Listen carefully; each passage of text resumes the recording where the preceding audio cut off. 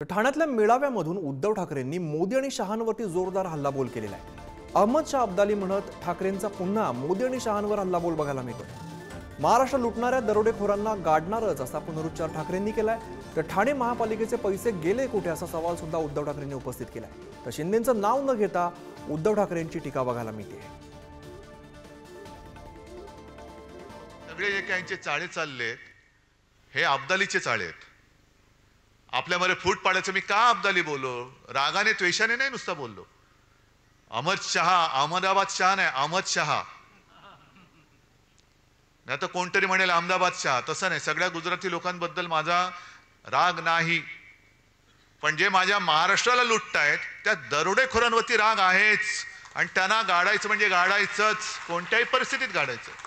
छत्रपती शिवाजी महाराजांनंतर सुद्धा जो औरंगजेब महाराष्ट्रावरती चालून आला, त्यांच्या घोड्यांना सुद्धा, सैन्याच्या घोड्यांना सुद्धा पाणी पिताना पाण्यामध्ये संताजी धनाजी दिसायचे। तसे या अब्दालीच्या खेचरांना पाण्यामध्ये उद्धव ठाकरे दिसतो।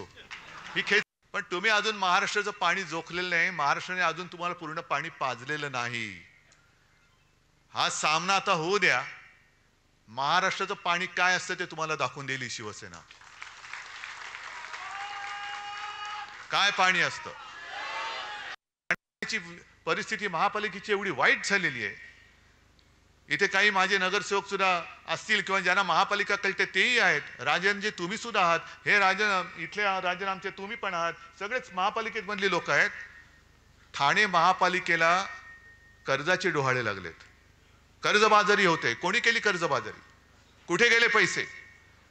संपूर्ण जिल्ह्यामध्ये रस्त्यांवरती खड्डे, राज्यभर खड्डे, खड्डेच खड्डे। म्हणजे सगळीकडे खड्डे पाडून वरती आमच्यावरती बोट दाखवली जात आहेत। ह्यानी घोटाळा केला, ह्यानी घोटाळा केला। अरे 3 महिने थांबा। तुमची सगळी जी काही मित्र परिवार आहे, होय मित्र परिवार आहे, तो आम्ही उघडा केल्याशिवाय राहणार नाही। हे आज त्यांना मी इशारा देतोय।